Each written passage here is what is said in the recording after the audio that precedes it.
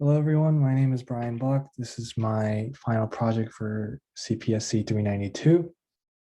I worked with Kiana Jung and Jackson Thomas in working with a baseball-related data set. So to show you what kind of data set we used, we took the top 200 hitters in the 2019 Major League Baseball season. And so we filtered it based on the number of hits. So it descends from the top, which was at 206. We felt that this was a decent measure to the most accurate measure to see how involved the player was in the season. Therefore, you can't have any flukes because they have the most amount of hits. So we incorporated other basic stats such as at-bats, singles, doubles, triples, home runs, extra base hits, and not included in the screenshots are percentages like on-base percentages, slugging percentages, and other miscellaneous statistics. So to preface, OPS plus will be the common theme in all three questions because I believe it is one of the one variable that explains the most amount of information in an individual statistic. Obviously, you would like to use multiple statistics to back up your claims, to support your claims, but sometimes you can only use one, and that is the one I chose.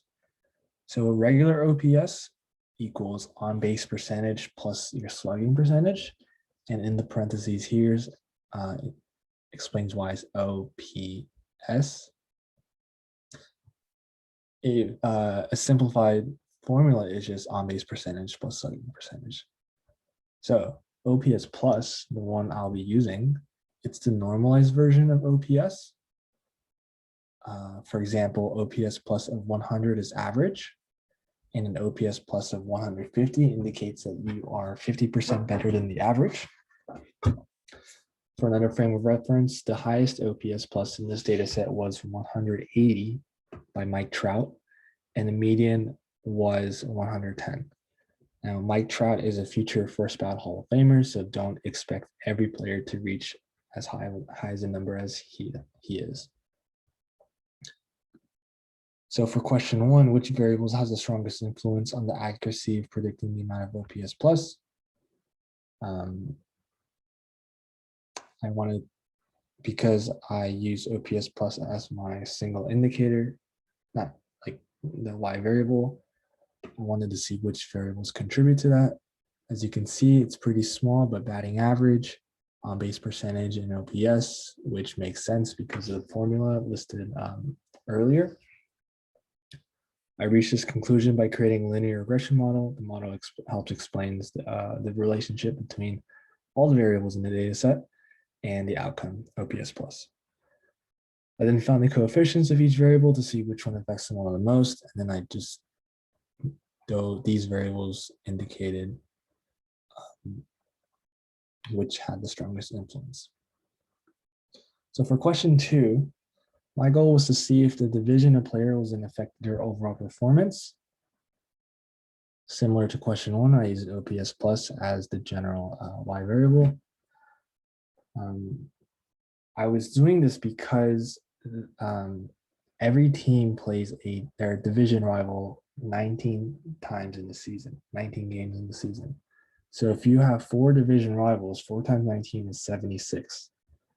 So out of 162 total games in the season, 76 of them, or about half, are played against your division rivals. So this, therefore, it is extremely important to win these games because you want to be able to gain a competitive advantage. What this also explains is how well the players in a certain division hit compared to players in a different division. For example, the AL Central versus the AL West. So I first created a scatter plot of the z-scored OPS plus values, and then use Gaussian mixture to cluster these plots into 2 tiers, the upper tier and the lower tier. I then use the upper tier as my group that I wanted to evaluate and counted the amount of players within each division, which is represented here in this bar plot. There is a decent amount of parity in this. As you can see, no division is outperforming the other. Multiple just means that this player played for multiple teams. Therefore, it's kind of like an outlier. You don't really pay attention to it. Yeah, so although the purpose of this was to determine which divisions displayed a higher batting performance, it led me to think, what if a division only has a higher count because it faced worse pitching? As a fan, I know that the NL West has an abundance of great hitters, but perhaps they were not, their quantity wasn't as high because they faced tougher opponent pitching in the NL West. So next time I do this question, I would have to incorporate data from pitching statistics and other information. Yeah. So for question 3, can we determine which nationalities perform better than others? The objective. So in a sport as worldwide as baseball, there's a lot of national pride for major leaguers who get to represent their respective countries on a global stage. It's very impressive and meaningful for many international players to, because they're not only performing at a high level, but they do so while working and living in a foreign country, which is very difficult to do. Initially, I just wanted to compare the 2 most frequent nationalities in the data set, which was the United States of America and the Dominican Republic, with every statistic, but instead I just chose one statistic, OPS plus, and use that to identify the coefficients for every nationality. So after making the model, it was fit to the training set. My R squared was pretty high, which I liked. The mean squared errors were higher than I would have liked. The predicted versus true values table shows that they were pretty similar, but not exact to my, which is kind of disappointing. I made a data table of the coefficients for the model as well as its corresponding intercept values.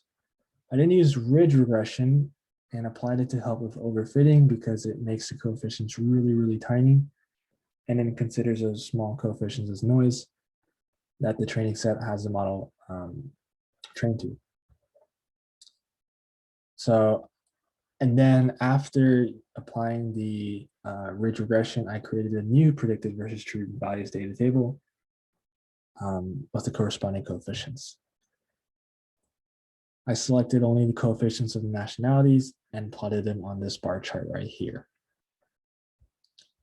So as you can see, the positive coefficient, the nationalities with the positive coefficients is the Dominican Republic, Germany, South Korea, Puerto Rico, and the United States. Negative coefficients is Canada, Colombia, Cuba, Netherlands, and Venezuela. Japan and Mexico are not represented. So there's one really big problem with this that I faced, which is the small sample size of our data set. Keep in mind, we have 200 hitters and there are way more than that, right? So maybe next time we could use more, a bigger sample size. So within this 200 player data set, there's only 1 Canadian, 1 German, 1 Japanese, 2 Koreans, and 5 Dutch players in our data set, which skews the representation. Meanwhile, there are about 100 Americans. So a pretty wide disparity. However, observing the positive coefficients, the Dominicans, Puerto Ricans, and Americans performed well, and they do have larger representation in the Major League Baseball, so I do believe that the model did reinforce my prior knowledge and preconceptions. Kudos to the 1 German, Max Kepler, for holding his own and representing his country on this bar chart well. Joey Votto, I'm sorry, but we'll just ignore Canada right here. So what we can do with this information is to see where we can import international talent. For example, baseball is arguably the most popular sport in Japan and South Korea. So for there to be only 3 hitters combined representing both countries within this data set is very disappointing. And if you're wondering, is Shohei Ohtani, Shin-Soo Choo, and Shohei Ohtani of Japan, Shin-Soo Choo, and Ji-Man Choi from Korea. So that was a little side note. So how can Major League Baseball solve this issue and develop popularity abroad? The talent and demand is already established in those 2 countries. Both national teams perform very well in the World Baseball Classic tournaments. So in my opinion, it would be very good marketing for Major League Baseball to expand into countries that are not predominantly Hispanic and non-English speaking countries. So countries like Africa, Asia, and even parts of Europe. If Major League Baseball were to expand into those regions and develop popularity, that'd be very good. Because unfortunately, right now they're kind of, I wouldn't call it a dying sport, but the popularity is sort of decreasing, especially among the younger generation. So this particular question fascinated because I'm very interested in geography and where like countries are and all the history and stuff like that. So it was interesting to see all the nationalities represented and how each geographic location is influenced with each other. For example, I mentioned that there were 5 players representing the Kingdom of Netherlands. You might think that they're actually from Holland, but they are actually not. They are from the Dutch territories in Latin America, Curacao and Aruba.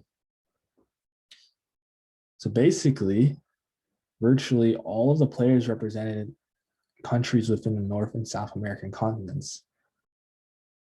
To be specific, 197 out of 200 players represented countries in the North and South American continents.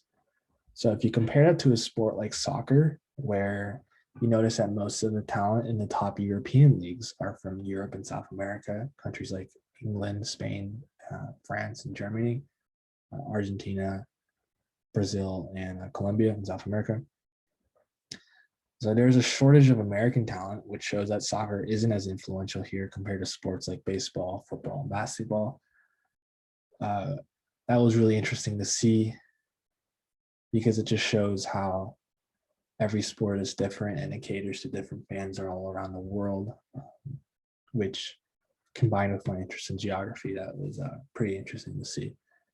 Doing this question was probably my favorite one to do. But anyways, that is all. I appreciate your time listening and thank you very much.